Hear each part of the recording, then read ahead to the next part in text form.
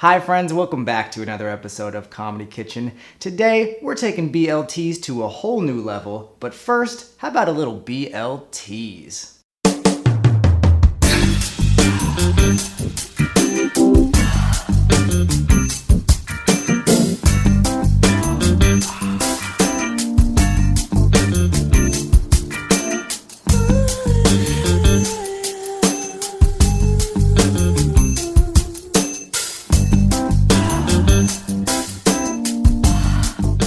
My name is Ben Mastracco. Hey, if you want to eat healthier, laugh harder, and live better, you are in the right place. One thing that I really like to do in the kitchen is to take a classic dish and reimagine it into something more fun. You elevate each ingredient of a dish and you end up with something that's comforting and familiar, but also brand new and unique at the same time. It's like Frankenstein, only with food and not scary.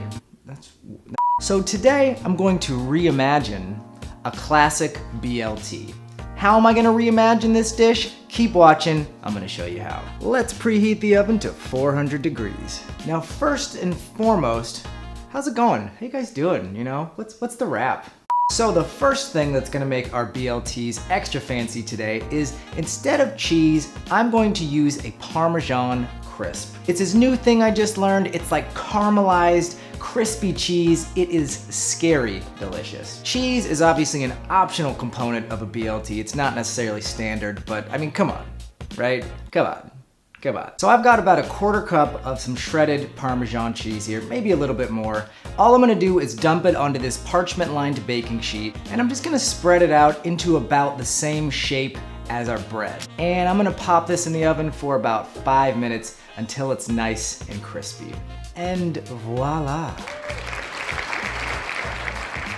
The texture and that caramelized cheese flavor that this is gonna add to our sandwiches, forget about it, okay? Forget about it. Pro tip, make an extra one for snacking.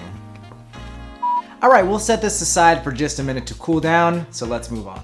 All right, arguably the most important part of a BLT is good tomatoes. It's summertime, tomatoes are at their peak. This is the only time of year I eat tomatoes because for the most part, for the rest of the year, they're just kind of bland and shitty.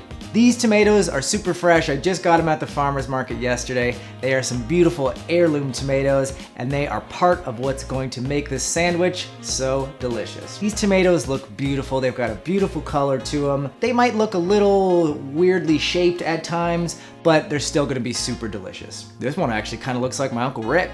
So I'm just gonna cut this guy into a couple thick slices for the sandwich. I'm always using a serrated knife for tomatoes. Just makes things easier. This looks pretty good. It's maybe got a couple of pale spots in the middle that I'm not a huge fan of, but it's got a lot of meat on there and it's gonna be really tasty. It's gonna be perfect for our sandwich. Today I'm using a good quality wheat bread. It's a personal preference. I like the flavor and it's gonna give the sandwich a little bit more nutrition. But this is up to you. Use whatever type of bread you want to use at home. So I've got my lightly toasted wheat bread here. I'm gonna add about half of a mashed avocado. You don't have to mash up the avocado. I prefer to mash mine up. It helps me get out a little bit of my repressed rage. It's all personal preference here again, so you do you. Now for the moment you've all been waiting for, the bacon. So today I'm using a thicker cut bacon. I've cooked it a little on the chewier side as opposed to the crispy side. We're already getting that really crispy piece of Parmesan, so the meatier texture of the bacon is gonna complement that really nice. I'm gonna take 2 strips of bacon and kind of tear them in half and place them on top of my avocado. Next, let's add our tomatoes. I've got 2 big slices.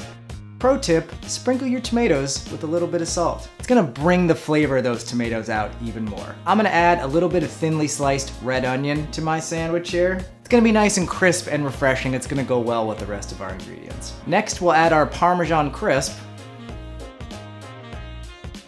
I'm gonna use some fresh arugula in place of green lettuce. The pepperiness, the slight bitterness is gonna cut through the fattiness of the cheese and the bacon, and it's gonna play really nicely with our sweet tomatoes as well. All right, the last ingredient for our fancy ass BLTs today is gonna be my classic pickled mustard seeds. Now I've talked about these pickled mustard seeds in depth. I've got 2 videos out there for you guys, so I'm not gonna talk about them much more in this video. You want some? But all you have to do is click one of the links below or above, and that'll take you to my pickled mustard seed recipes. If you're not familiar with my pickled mustard seeds, they're like tangy mustard seed caviar. It's gonna give us the same kick of mustard, but it's gonna fancify the out of these BLTs. Also, if you wanna go extra fancy, try using my special honey IPA pickled mustard seeds. Now that's fancy. All right, I'm just gonna spread this onto my other slice of bread.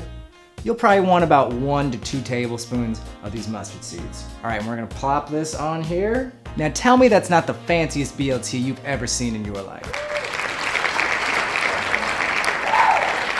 All right, thank you for watching. I've got another awesome recipe coming out next week, so make sure you subscribe, and I'll see you guys then.